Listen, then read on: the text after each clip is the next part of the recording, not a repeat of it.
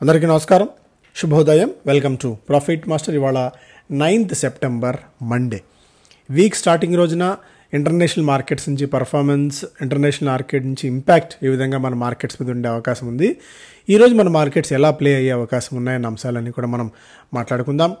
International మార్కెట్స్లో as of now Asian మార్కెట్స్లో Nikkei 2%, Hong Kong 1.6%, అలాగే షాంఘై కూడా 0.8% మేర నష్టాలతో ట్రేడ్ అవుతున్నాయి. సో మనం లాస్ట్ ట్రేడింగ్ సెషన్ రోజున మాట్లాడుకున్నాం, యుఎస్ మార్కెట్స్లో కూడా ఒక గట్టి సెల్లింగ్.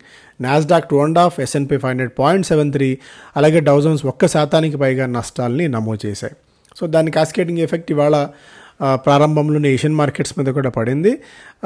అదే ఇంపాక్ట్ మన మార్కెట్స్ మీద కూడా ఇవాళ మనం చూడవచ్చు. మేజర్గా యుఎస్లో రెసెషన్ రావచ్చన్న సంకేతాలు నానాటికి బలపడుతూనే ఉన్నాయి. సో అప్పుడప్పుడు వచ్చే నెంబర్స్ అందుకు మినహాయింపు అని అనిపించినప్పటికీ కూడా సో ఆర్ట్స్ మెల్లగా ఫేవర్ అవుతూనే ఉన్నాయి రెసెషన్ వైపు. అండ్ తాజాగా వస్తున్న గణాంకాలు కూడా అంత గొప్పగా ఏమి అనిపించట్లేదు. సో ఇవన్నీ కారణాలు ఎప్పటికప్పుడు మనం యుఎస్ గురించి డిస్కస్ చేస్తున్నప్పుడు వస్తూనే ఉన్నాయి. Oil on the weakening front, అంటే $72 దగ్గర as of now Brent trade అవుతుంది. సో ఇది కొద్దిగా మనకి పాజిటివ్ అంశం. గోల్డ్ రికార్డ్ స్థాయి దగ్గర ట్రేడ్ అవుతుంది. 2250 దగ్గర నుంచి కొద్దిగా బలహీనపడి 2530 దగ్గర గోల్డ్ ట్రేడ్ కావడం చూస్తున్నాం. సో ఏషియన్ మార్కెట్స్ ఉన్న సంకేతాలు బట్టి చూస్తే మన మార్కెట్స్లో వాళ్ళ ప్రారంభం కొద్దిగా బలహీనంగా ఉండే అవకాశాలే చాలా ఎక్కువగా ఉన్నాయి. లాస్ట్ ట్రేడింగ్ సెషన్ రోజున చూసిన గట్టి సెల్లింగ్, ఫెరోషియస్ సెల్లింగ్ బట్టి చూస్తే కొద్దిగా మనం అప్రమత్తంగా ఉండాల్సిన సమయం ఇప్పటి నుంచి పదే అని చెప్పి మనం భావించవచ్చు.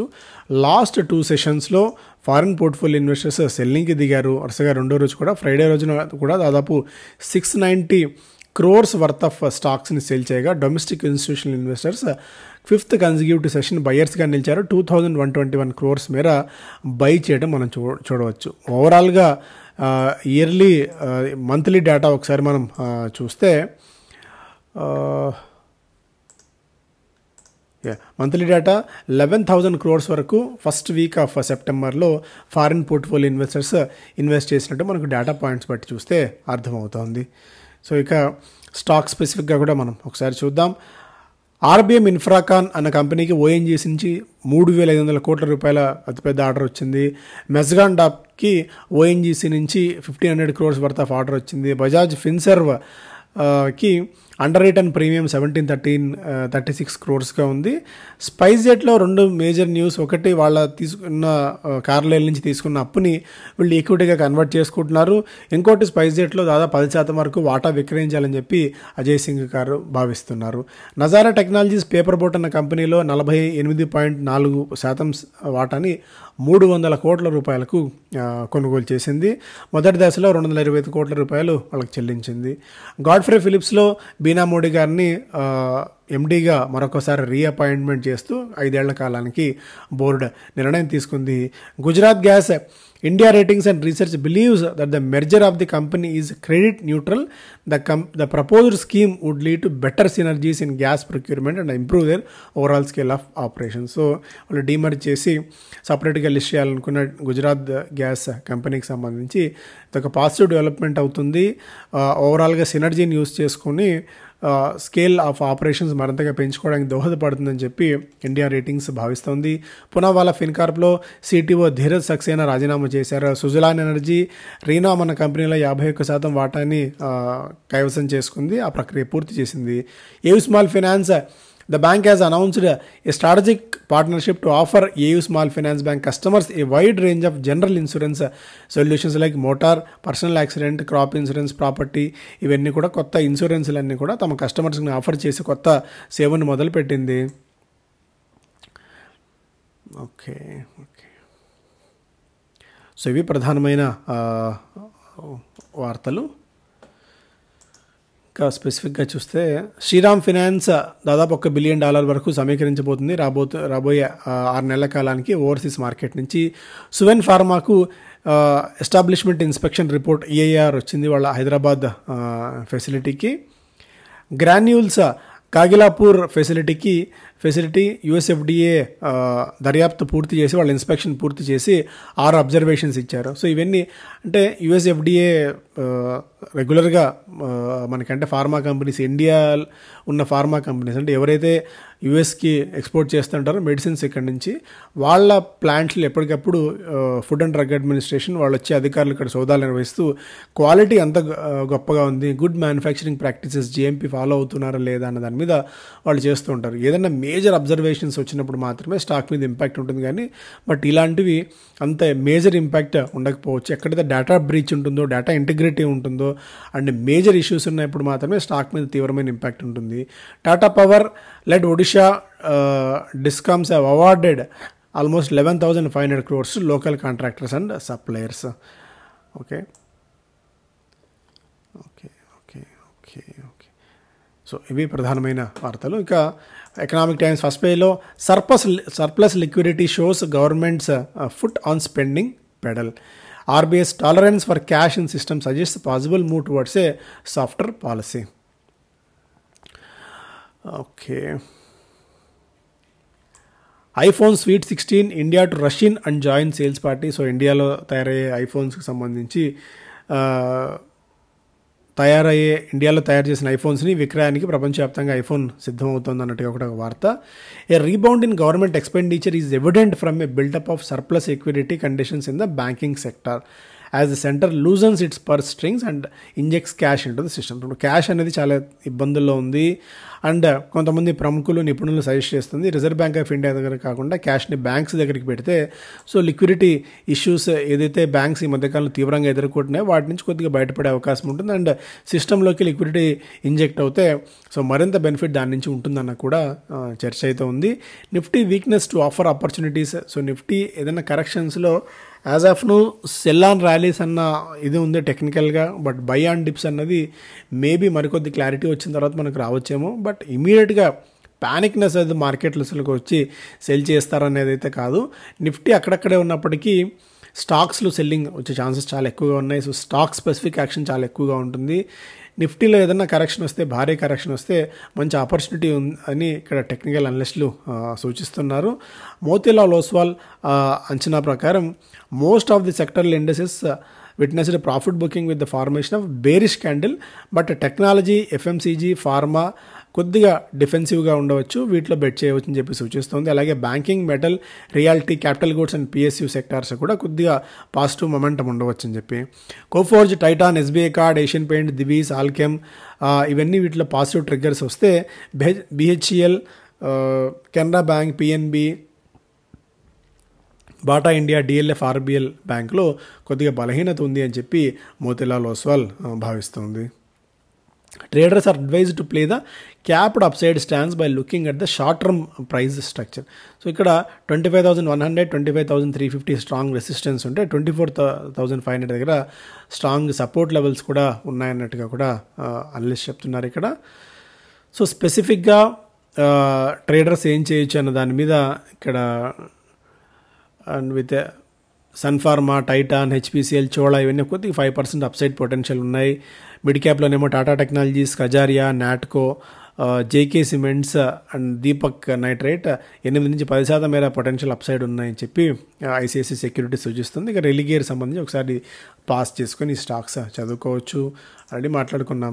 లోకల్ ఫార్ములేషన్ బిజినెస్ రాబోయే 10 ఏళ్ల కాలంలో 9-10% మేర పెరిగే అవకాశం ఉంది. అలాగే జన్ ఔషధి అవుట్లెట్స్ పెరగడం కూడా గ్లెన్మార్క్కి పరోక్షంగా కలిసి వస్తుంది అని చెప్పి గ్లెన్మార్క్ యాజమాన్యం భావిస్తోంది. అలాగే IndiGo plans to expand international reach, enhance cargo operations పెంచుతున్నారు. ఇంటర్నేషనల్ రీచ్ మరింతగా పెంచుతున్నారు. వైడ్ బాడీ ఎయిర్ క్రాఫ్ట్స్ని 2027 నుంచి ఇంట్రడ్యూస్ చేయబోతున్నామని చెప్పి ఇండిగో CEO చెప్తున్నారు.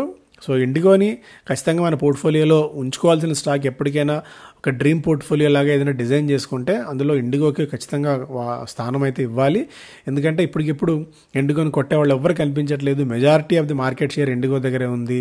అండ్ దీనికి తోడు ఎప్పటికప్పుడు చాలా డైనమిక్స్ని, మొమెంటమ్ని ఎంత ఫాస్ట్గా అంటే వాళ్ళు ఉన్న బిజినెస్కి తగ్గట్టు ఫ్లైట్లో ఎలా అయితే మనం ట్రావెల్ చేస్తున్నప్పుడు ఆ విండ్స్కి తగ్గట్టు పైలట్స్ నిర్ణయం తీసుకుంటారో ఇక్కడ కూడా ఇండిగో కూడా అదే స్థాయిలో ఆపరేషన్స్ నిర్వహిస్తుంది.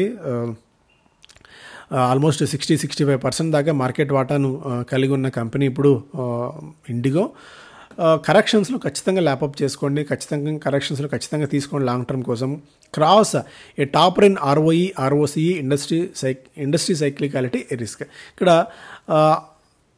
ఈ ఆటో కాంపోనెంట్స్ని తయారు చేసే కమర్షియల్ వెహికల్స్కి ఆటో కాంపోనెంట్స్ తయారు చేసే కంపెనీ ఇది. IPO వస్తుంది. క్రాస్ అన్న కంపెనీ బ్యాక్వర్డ్ ఇంటిగ్రేషన్ కూడా వాళ్ళు బాగా చేసుకున్నారు. సో ఇండస్ట్రీ సైక్లికాలిటీ కొద్దిగా పక్కన పెడితే మేజర్గా కమర్షియల్ వెహికల్స్కి, ట్రాక్టర్స్కి వీళ్ళు ప్రోడక్ట్స్ తయారు చేసే కంపెనీ ఇది, కాంపోనెంట్స్ని తయారు చేసే కంపెనీ ఇది. సో దీని పరంగా చూస్తేనేమో ROE, ROCE పరంగా డీసెంట్గా కనిపిస్తుంది. వీళ్ళు వస్తున్న PE కూడా డీసెంట్గానే కనిపిస్తుంది. సో IPOకి అప్లై చేసుకునే ఛాన్సెస్ ఉన్నాయి. సో కొద్దిగా డీసెంట్ గెయిన్స్ కూడా మనకు లిస్టింగ్లో రావచ్చు క్రాస్కి. హెక్సావేర్ మరొకసారి IPOకి రావాలని ప్రయత్నిస్తోంది. 3 ఏళ్ల క్రితం IPO అంటే మార్కెట్స్ నుంచి వైదొలిగిన తర్వాత మరొకసారి 3 ఏళ్లలోనే అదృష్టాన్ని పరీక్షించుకోవాలని 10,000 కోట్ల రూపాయల కోసం సమీకరించాలని చెప్పి మార్కెట్స్ నుంచి హెక్సావేర్ వస్తుంది. బట్ ఈ 3 ఏళ్లలోనే ఎంత మార్పులు చేర్పులు జరిగి ఉంటాయి ఆ ప్రైవేట్ ఈక్విటీ కంపెనీ తీసుకున్న తర్వాత, బేరింగ్ ఏషియా లాంటి కంపెనీస్ చూడాలి. జియో ఫైనాన్షియల్ ఒక జాయింట్ వెంచర్ని ఏర్పాటు చేసింది బ్లాక్ రాక్తో కలిసి ఇన్వెస్ట్మెంట్ అడ్వైజరీని ప్రారంభించడానికి. ఇక బెంగళూరు కాన్ఫరెన్స్లో గురువుగారు మంచి సక్సెస్ స్టోరీని చెప్పారు. గతంలో మార్కెట్స్లో బాగా ఆప్షన్స్లో ట్రేడ్ చేసి డబ్బులు పోగొట్టుకున్న ఆయన మన క్లాసులు రెగ్యులర్గా ఫాలో అవుతూ హైదరాబాద్ కాన్ఫరెన్స్కి వచ్చారు, బెంగళూరు కాన్ఫరెన్స్కి వచ్చారు.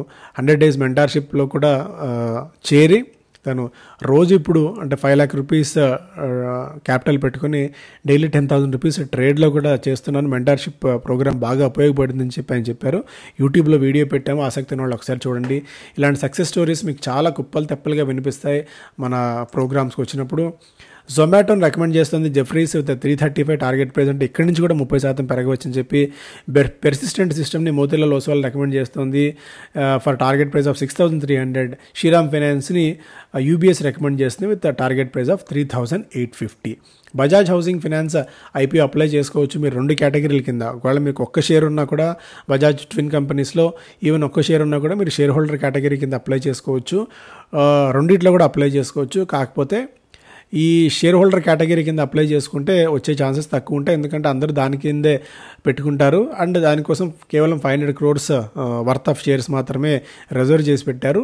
రీటైల్ కేటగిరీలో మీకు పెట్టుకుంటే బెనిఫిట్గా ఉంటుంది. ఎన్ని డీమ్యాట్ అకౌంట్స్ నుంచి పాసిబుల్ అయితే అన్ని డీమ్యాట్ అకౌంట్స్ నుంచి అప్లై చేసే ప్రయత్నం చేయండి. అంటే మీరు కాదు, మీ ఫ్యామిలీలో ఎవరన్నా ఉంటే, మీ వైఫ్ కానీ, కిడ్స్ కానీ, పేరెంట్స్ కానీ అలా ఉంటే వాళ్ళ డీమ్యాట్స్ కింద అప్లై చేసుకుంటే వస్తాయి. సో మీరు ఎన్ని కింద అంటే 2 లక్షల రూపాయలు పెట్టినా రాకపోవచ్చు, ఒకసారి ఒక సింగిల్ లాట్ పెట్టినా వస్తుంది. సో అది లాటరీ సిస్టమ్. వీలుంటే 1 or 2 లాట్స్ పెట్టుకొని మేజర్గా అప్లై చేసుకునే ప్రయత్నం చేయండి అధిక డీమ్యాట్ అకౌంట్స్ నుంచి. బిజినెస్ స్టాండర్డ్ ఫస్ట్ పేజ్లో Apple scouts new deals to push India value add, consumer firms load up for festival bliss. So ఇవి ఫస్ట్ పేజ్లో. సో ఇంతకుముందు చెప్పుకున్నట్టు IPO స్ట్రీమ్ ఫుల్ లెంత్లో కొనసాగుతూనే ఉంది. NSE, BSE టాప్ స్పాట్ కోసం పోటీ పడుతున్నాయి అన్నట్టుగా కూడా ఒక వార్త. హెక్సావేర్ గురించి కూడా ఇది. BSEలో మేజర్ న్యూస్ ఏంటంటే NSEతో పోటీ పడాలని ప్రయత్నిస్తుంది. ఇప్పుడు ఏదైతే గిఫ్ట్ నిఫ్టీ ఉందో దానికి తగ్గట్టు BSE కూడా ఆఫ్ షోర్ ఇంటర్నేషనల్ మార్కెట్స్లో తన పాగా వేయడానికి ప్రయత్నాలు చేస్తోంది. IFSCA July nod opens the route for derivatives on 30 share index says source. ఇక్కడ ఇంటర్నేషనల్ మార్కెట్స్లో కూడా త్రూ గిఫ్ట్ నిఫ్టీ లాగా ఎలా అయితే ఇప్పుడు NSE అక్కడ ప్రయత్నాలు చేస్తుంది ఇంటర్నేషనల్ మార్కెట్స్లో, సెన్సెక్స్ కూడా ఇప్పుడు ఇండియా INX పేరుతో మేబీ ఆ పేరుతో వీళ్ళు ఇంటర్నేషనల్ మార్కెట్స్లో కూడా మన ఇండెక్స్ని అక్కడ పరిచయం చేయాలని చెప్పి ప్రయత్నం చేస్తోంది. NSEకి ధీటుగా BSE కూడా పోటీ పడుతోంది. సో BSEకి ఒక పాజిటివ్ అంశం అయితే అవుతుంది ఇమ్మీడియట్గా. FADA to caution lenders on funds to dealers. డీలర్స్కి ఫండ్స్ ఇచ్చే విషయంలో కొద్దిగా అప్రమత్తంగా ఉండాలి. దాదాపు 70-75 రోజులు ఇన్వెంటరీ పేరుకుపోయింది అని చెప్పి టెన్షన్ పెరుగుతుంది ఆటో ఇండస్ట్రీలో. సో ఇవి ప్రధానమైన వార్తలు. Thank you so much.